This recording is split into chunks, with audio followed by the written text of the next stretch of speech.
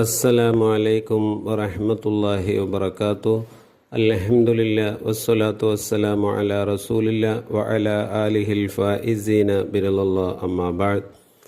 അൻ-നബി ഖത്താദ റളിയല്ലാഹു അൻഹു അന്നഹു ഖാൽ സുഇല റസൂലുള്ളാഹി സ്വല്ലല്ലാഹു അലൈഹി വസല്ലം അൻ സൗമി യൗമി അറഫ.